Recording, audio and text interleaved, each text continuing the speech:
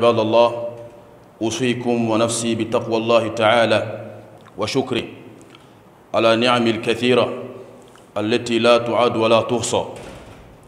وإن من نعم الله تعالى علينا أن وفقنا لصيام شهر رمضان وقيامه، فنسأل الله جل وعلا القبول، لأن الله سبحانه وتعالى يقول: إنما يتقبل الله من المتقين. أيها الناس، اتقوا الله تعالى واشكروه على ما أنعم عليكم، على ما أنعم به عليكم من إدراك شهر رمضان وصيامه وقيامه، فإن تلك النعمة عظيمة أنعم الله بها عليكم لمن وفقه الله وتقبل منه العمل. والفرح لا يكون بانتهاء رمضان من أجل الأكل والشرب والنوم، وإنما يكون الفرح بإدراك المواسم الخير واغتنامها. قال الله جل وعلا: قل بفضل الله وبرحمته فبذلك فليفرحوا هو خير مما يجمعون.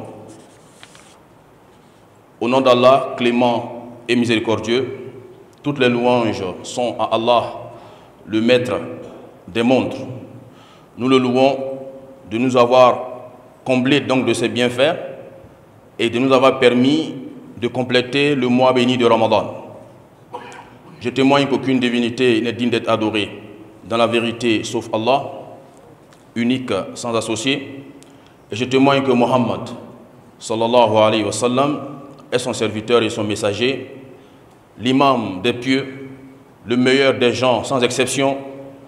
Que les prières d'Allah soient sur lui, sur sa famille et sur ses compagnons, et sur tous ceux et toutes celles qui en bâtiront leur pas dans le bien jusqu'au jour dernier, et face à Allah que nous soyons parmi ceux-là.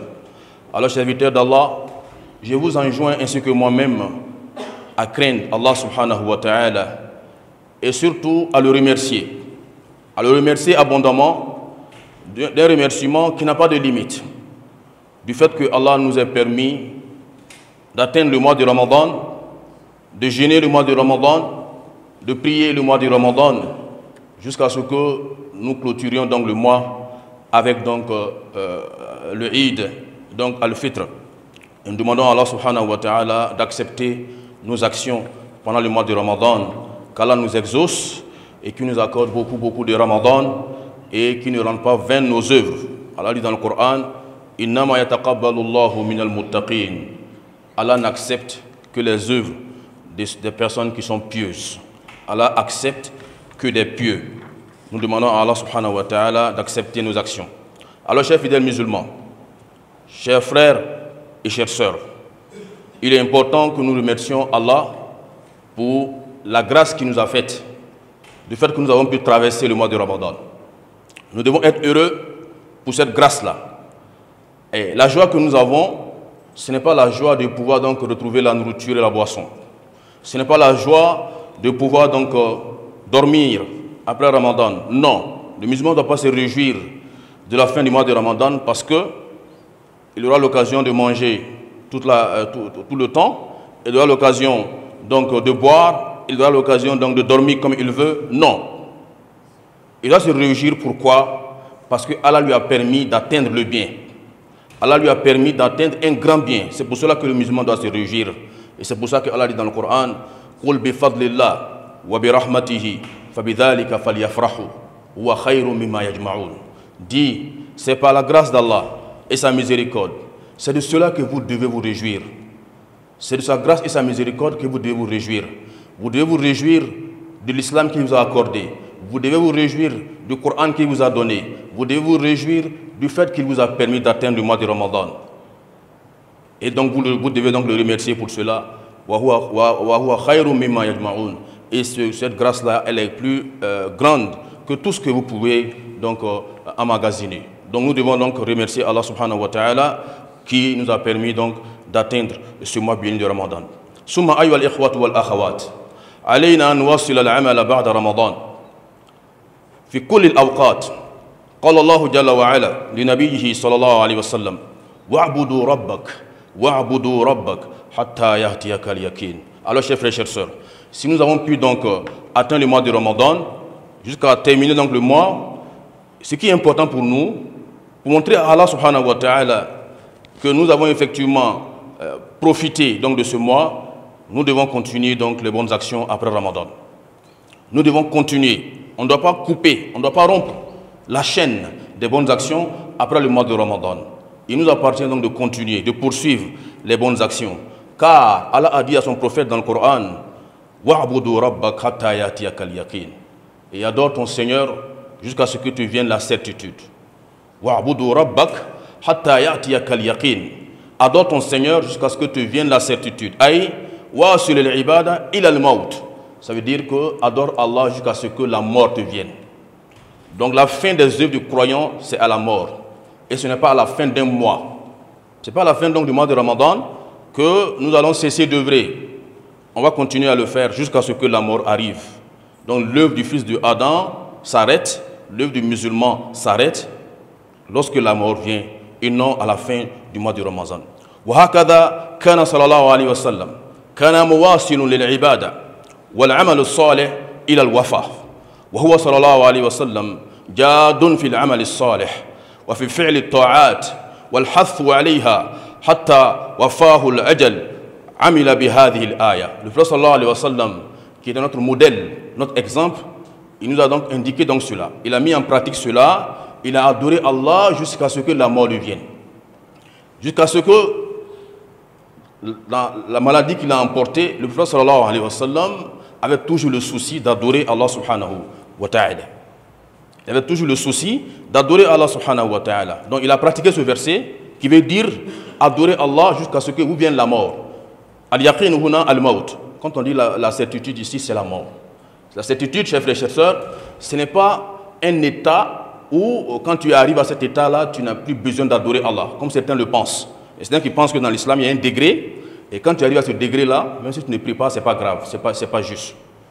Aucun musulman ne peut prétendre atteindre un degré qui lui permet donc de ne plus adorer Allah. Parce que s'il y a un musulman qui devait atteindre ce degré-là, ce serait Mohammed, sallallahu alayhi wa sallam. Mais il a adoré Allah jusqu'à ce que la mort lui vienne. Qu'Allah nous accorde une bonne compréhension.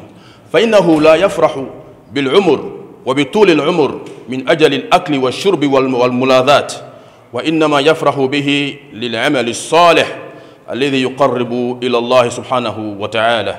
قال سبحانه وتعالى بسم الله الرحمن الرحيم والعصر إن الإنسان لفي خسر إلا الذين آمنوا وعملوا الصالحات وتواصوا بالحق وتواصوا بالصبر.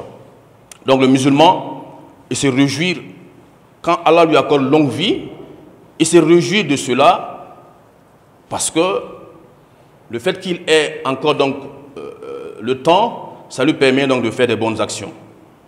C'est pour ça qu'il se réjouit.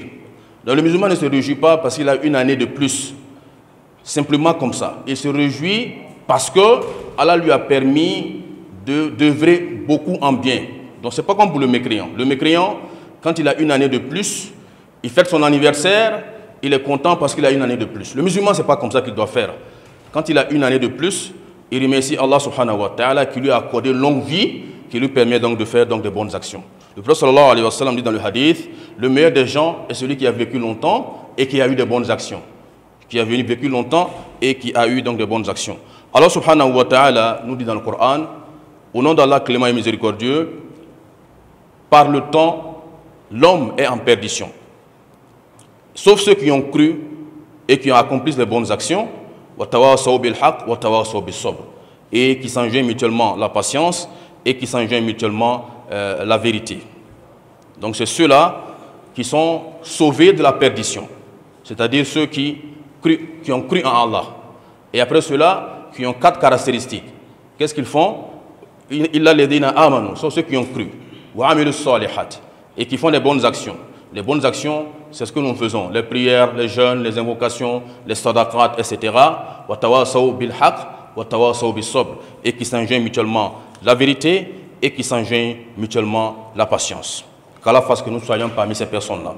Qala Hassan al-Basri rahimahullah, lamma tala hadhihi al-aya wa'budu Allah wa'budu rabbak hatta yahdiyaka al-yaqin. Qala ليس لعمل المسلمين نهاية دون الموت فعلينا أن نواصل العمل الصالح في كل الأوقات لا في رمضان فقط. Donc Al-Hassan al-Basri, qui est un des grands tabi'i, quand il a donc interprété le verset où Allah dit « Adore ton Seigneur jusqu'à ce que tu viennes la certitude », il a dit « L'œuvre du musulman n'a de limite qu'à la mort. » Alors il nous appartient donc de continuer à œuvrer, à faire les bonnes actions en tout moment jusqu'à ce que la mort nous arrive et non à la fin donc du mois du Ramadan. ولهذا لما ذكر لبعض السلف أن قوما يجتهدون في شهر رمضان فإذا خرج شهر رمضان تركوا العمل قال بئس القوم لا يعرفون الله إلا في شهر رمضان. Et c'est pour cela que lorsqu'on a parlé donc des personnes qui n'adorent Allah que pendant le mois de Ramadan, on a évoqué donc leur cas auprès de certains prédécesseurs. Voilà des personnes qui n'adorent Allah que pendant le mois de Ramadan. Ils ne prient que pendant le Ramadan. Quand le mois de Ramadan arrive, il vient à la mosquée. Il accomplit ses prières comme il se doit. Mais après Ramadan, comme on le dit, il plie bagage. Il attend donc le Ramadan prochain pour reprendre l'adoration. Alors, ils ont dit, alors, ce sont parmi les mauvaises personnes, celles qui ne connaissent leur Seigneur que pendant le mois de Ramadan. Les personnes les plus mauvaises, les personnes les plus viles, sont celles qui ne connaissent leur Seigneur que durant le mois de Ramadan. C'est pendant Ramadan qu'ils connaissent Allah. Après Ramadan, ils ne connaissent pas Allah subhanahu wa ta'ala. Ça, ce n'est pas une bonne attitude. Alors, chers frères et chères sœurs, nous devons donc être parmi ceux qui sont reconnaissants envers Allah en continuant donc nos adorations après Ramadan. فَعَلَيْنَا أَن نُوَاصِلَ الْعَمَلِ إِلَى الْمَمَاتِ لا سيما أداء الفرائض والواجبات وما تيسر من المستحبات والسنن فإننا بحاجة إلى ذلك وفي الحديث أحب العمل إلى الله أدومهم وإن قل. Donc nous devons donc continuer donc les bonnes actions après le mois de Ramadan, notamment les œuvres qui sont obligatoires, les prières qu'Allah nous a rendues obligatoires, nous devons donc les faire. On doit continuer à les faire pour les hommes, continuer à les faire à la mosquée, autant réservé pour ces prières-là. Également, de faire donc des prières surrogatoires. Après le mois de Ramadan, le jeûne n'est pas terminé. Parce que le jeûne du mois de Ramadan est certes obligatoire, mais après ce jeûne obligatoire, il y a d'autres jeûnes que le musulman doit faire, qu'il doit faire pour se rapprocher d'Allah subhanahu wa ta'ala. Alors parmi ces jeûnes, on peut citer par exemple le jeûne des 6 jours de ce mois dans lequel nous sommes, qu'on appelle le mois de Shawwal. Le prophète sallallahu alayhi wa sallam a dit donc dans le hadith de Abi Ayyub al-Ansari, radiallahu anhu, il dit « Man sama Ramadan, summa atba'ahu » celui qui a jeûné le mois de Ramadan et qui a fait suivre le mois de Ramadan de quoi? Min sittin min Shawwal, kana lahu ka siyam ad-dahr. Donc il aura comme récompense pour une personne qui a jeûné pendant toute une année. Celui qui jeûne le mois de Ramadan et qui fait suivre cela de 6 jours, c'est comme s'il a jeûné durant toute l'année. Donc ça c'est un jeûne qui n'est pas obligatoire, mais qui a beaucoup de mérite et que nous ne devons pas donc laisser passer ce jeûne-là. Donc dans ce mois de Shawwal, il est demandé à ce que nous jeûnons 6 jours. Et ces 6 jours-là, on a donc la latitude de les jeûner comme nous voulons. Ça veut dire que tu peux décider de jeûner à ton rythme, mais il faut jeûner dans le mois de Shawwal. Il faut t'arranger pour ne pas que le mois finisse et que tu n'as pas jeûné ces 6 jours. Tu n'es pas obligé de les jeûner consécutivement, mais il est bon pour toi de jeûner pendant ce mois.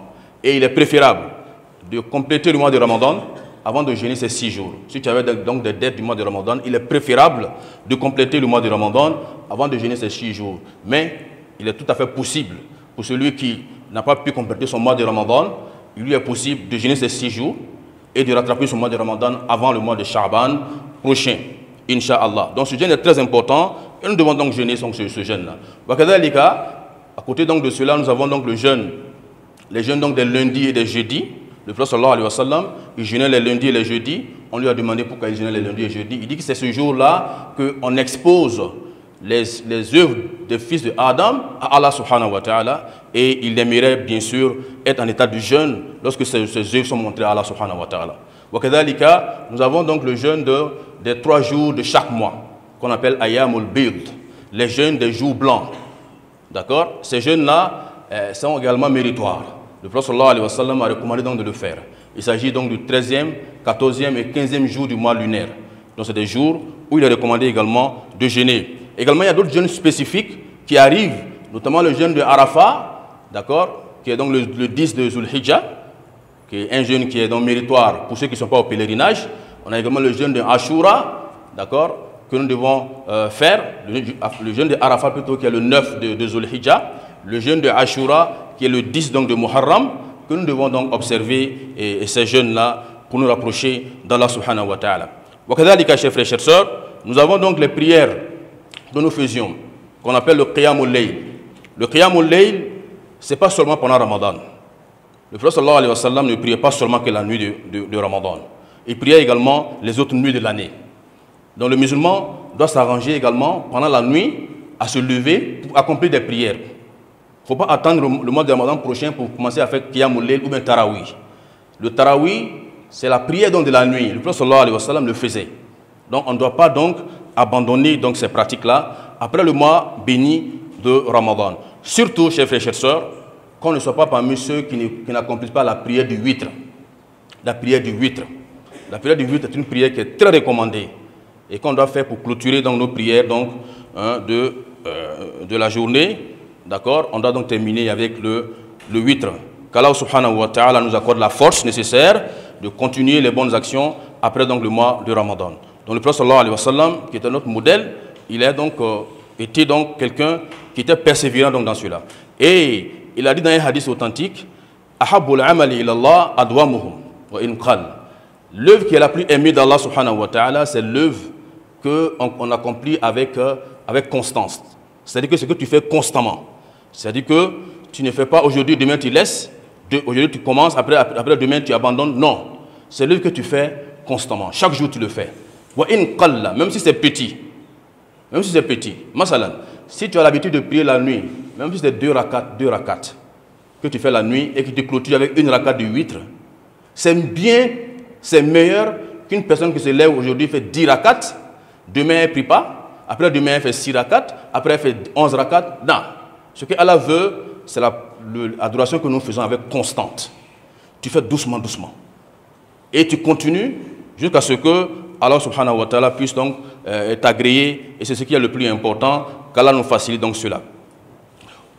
وقولك تداوم على العمل الصالح ولو كان قليلا فإنه فيه خير كثيرا وأما من يجتهد في وقت من الأوقات كشهر رمضان ثم يعطل على العمل ويكسل فيما عداه فهذا خاسر وما عمله في رمضان لا ينفعه لأن توبته مؤقتا من شروط التوبة أن يعزم على ألا يعود إلى المعصية بعد التوبة فالذي إنما يتوب في رمضان وينوي في قلبه أنه إذا خرج رمضان يعود إلى المعاصي ويعود إلى المخالفات هذا لا يقبل منه شهر رمضان لأن الله تعالى يعلم ما في قلبه فإن من علامات قبول الحسنة بعدها فإذا عملت حسنة بعد حسنة فهذا دليل على القبول وأما من عمل سيئة بعد حسنة فهذا دليل على رد الحسنة وعدم قبولها.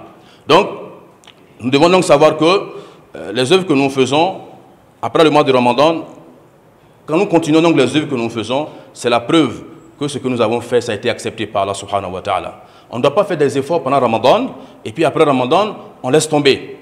Ça, c'est la preuve que notre action n'a pas été acceptée par Allah subhanahu wa ta'ala. Car les savants ont dit, la preuve qu'une bonne action est acceptée, c'est lorsque, après la bonne action, il y a une autre qui suit. La preuve que ce que tu as fait avant a été accepté, c'est qu'après, il y a une autre bonne action qui suit. Parce que la bonne action appelle la bonne action. La bonne action qui est agréée appelle une autre bonne action. Mais si après la bonne action, c'est une mauvaise qui suit, il y a un problème. Il y a un problème. C'est en même temps donc pour nous l'occasion d'interpeller nos frères et nos sœurs qui, lorsque le mois de Ramadan finit, alors tout ce qu'ils avaient délaissé comme des choses qui n'étaient pas permises, ils se le permettent. Ils se le permettent. Alors ça c'est la preuve que ton mois de Ramadan n'a pas été accepté. Si tu as décidé pendant le mois de Ramadan, alors d'abandonner ce qu'Allah a interdit, et que juste après Ramadan, pour toi tu es libéré, que tu peux le faire, c'est la preuve que ton mois de Ramadan n'a pas été accepté. C'est la preuve que ton mois de Ramadan n'a pas été accepté par Allah subhanahu wa ta'ala. Si tu as donc l'intention de te repentir, mais un repentir qui est temporaire, ça veut dire que c'est seulement pendant Ramadan que tu t'es repenti. Dans ton cœur, tu te dis, Inch'Allah, après Ramadan, je vais reprendre. Ton repentir n'est pas accepté parce que Allah sait ce qui est dans ton cœur. Ça, c'est ce qu'on appelle un repentir temporaire. Un repentir qui est limité dans le temps. Donc, Inch'Allah, pendant le mois de Ramadan, j'abandonne ceci, j'abandonne cela. Mais dès que ça finit, je reprends. Même si tu ne l'as pas dit sur ta bouche, le fait que tu as ça dans ton cœur, Allah le sait déjà. Et comme Allah le sait déjà, ton repentir n'est pas accepté. Parce que parmi les conditions de repentir, il faut prendre la ferme décision d'abandonner le péché et de ne plus le refaire. Dans ton cœur, tu décides de ne plus jamais refaire cela. Mais si par exemple, toi tu décides donc, moi je vais donc arrêter pendant Ramadan, et après Ramadan donc je reprends, en ce moment-là ton repentir n'a pas été accepté par Allah, qu'Allah nous en préserve. Nous demandons à Allah subhanahu wa ta'ala d'accepter nos actions. Nous demandons à Allah subhanahu wa ta'ala de nous pardonner nos péchés et de ne pas rendre vaines les bonnes actions que nous avons faites pendant le mois béni du Ramadan et qui nous accorde d'autres occasions de rapprochement donc de lui subhanahu wa ta'ala. Barakallahu li wa lakum fil Qur'an al-azim wa nafa'ana bima fihi min al-bayan wa dhikr al-hakim. Aqulu qawli hadha wa astaghfirullah li wa lakum wa li sa'il al-muslimin min kulli dhanb fastaghfiruhu innahu huwal ghafurur rahim. Alhamdulillahi ala fadlihi wa ihsani وأشكره على توفيقه وامتنانه وأشهد أن لا إله إلا الله وحده لا شريك له تعظيما لشانه وأشهد أن محمدا عبده ورسوله صلى الله عليه وعلى آله وأصحابه وسلم تسليما كثيرا أما بعد أيها الإخوة والأخوات فاتقوا الله تعالى اتقوا الله تعالى وحافظوا على دينكم في كل أوقاتكم وفي كل حياتكم إلى مماتكم فإن الدنيا قليلة والعمر قصير وأنتم بحاجة إلى العمل أمامكم أخطار عظيمة أمامكم بعث وحساب وموازين أمامكم جنة والنار لا ينجي من هذه الأقطار إلا شيئين رحمة الله والعمل الصالح العمل الصالح الذي تقدمونه لآخرتكم قال الله جل وعلا يا أيها الذين آمنوا اتقوا الله ولتنظر نفس ما قدمت لغد فلتنظر نفس بعملها وما قدمته للآخرة هل هو عمل صالح فيخسر الإنسان منه أو عمل سيء يتوب الإنسان منه ما دام في زمن الإمكان والموت خفي لا يعلمه إلا الله يقول جل وعلا وما تدري نفس ماذا تكسب غدا وما تدري نفس بأي أرض تموت قد يخرج الإنسان من بيته ولا يرجع خرج من بيته ثم لم يرجع وقد ينام على فراشه ولا يقوم والجنة كما قال نبينا صلى الله عليه وسلم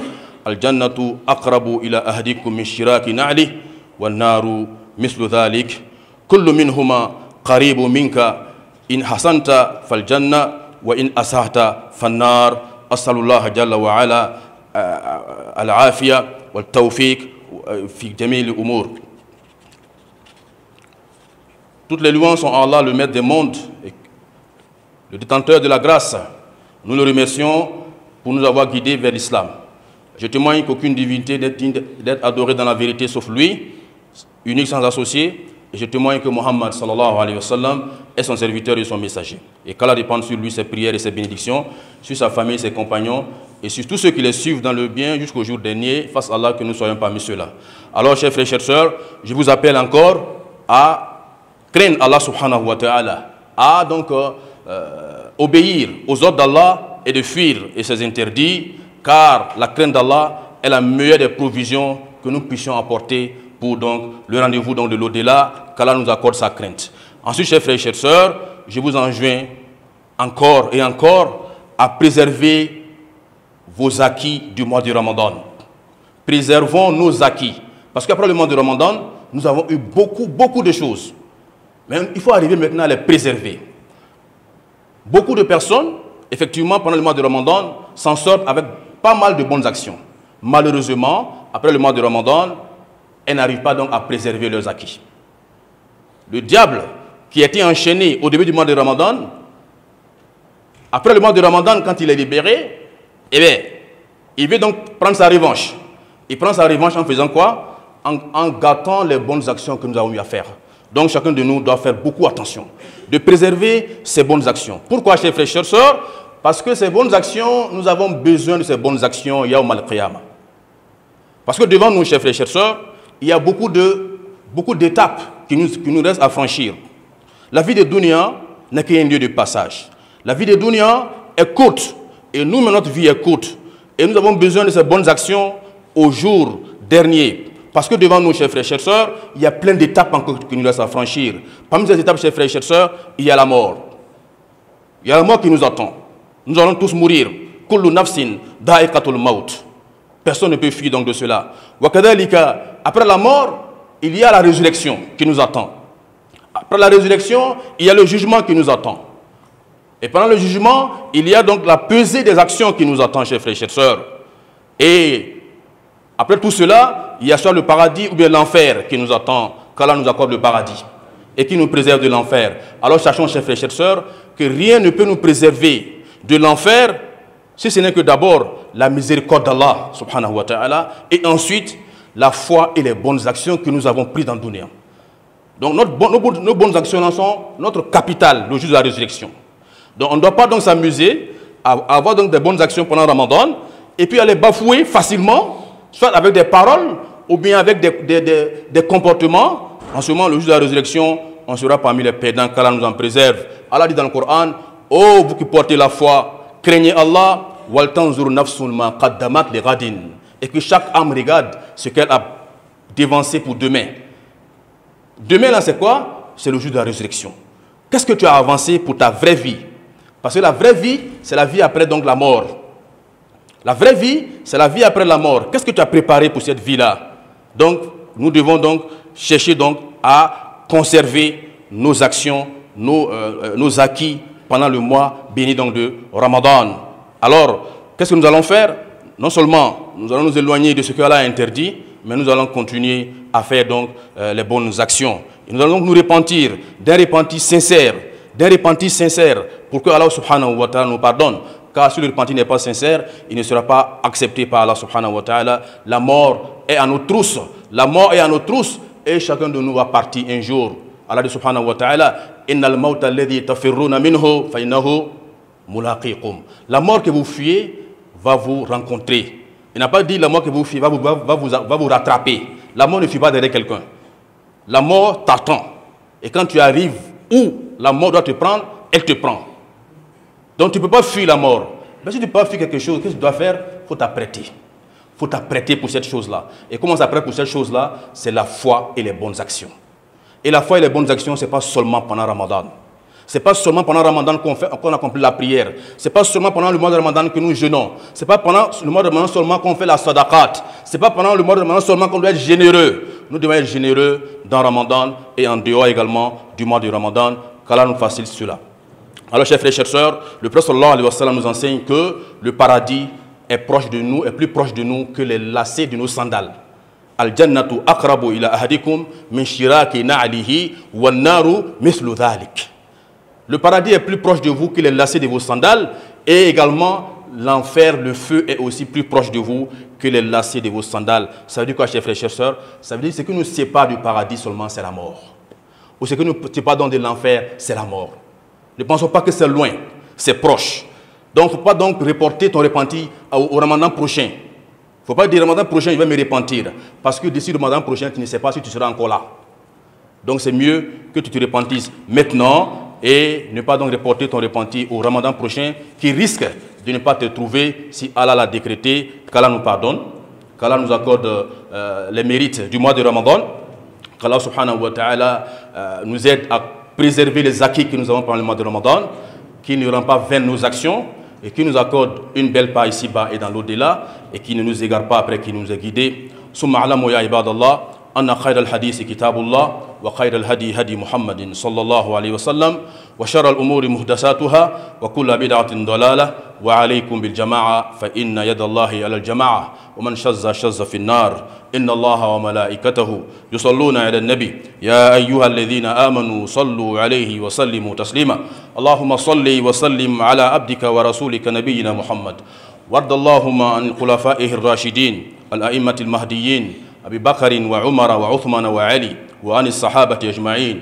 ومن تبعهم بإحسان إلى يوم الدين وأنا معهم بجودك وكرمك يا أكرم الأكرمين اللهم أعز الإسلام والمسلمين اللهم أعز الإسلام والمسلمين وأذل الشرك والمشركين والكفر والكافرين ودمر أعداء الدين وانصر عبادك الموحدين اللهم اجعل هذا البلد آمنا مستقرا وسائر بلاد المسلمين عامة يا رب العالمين اللهم تقبل صيامنا اللهم تقبل قيامنا اللهم تقبل ركوعنا اللهم تقبل سجودنا اللهم اجعلنا من أتقائك شهر رمضان اللهم اجعلنا من أتقائك شهر رمضان اللهم أعتق رقابنا من النار اللهم أعتق رقابنا من النار ورقاب آبائنا وأمهاتنا وإخواننا وأخواتنا وأزواجنا وذرياتنا من النار يا رب العالمين اللهم أجرنا من النار اللهم أجرنا من النار اللهم أجرنا من النار وادخلنا الجنة مع الأبرار يا عزيز يا غفار يا رب العالمين ربنا تقبل منا إنك أنت السميع العليم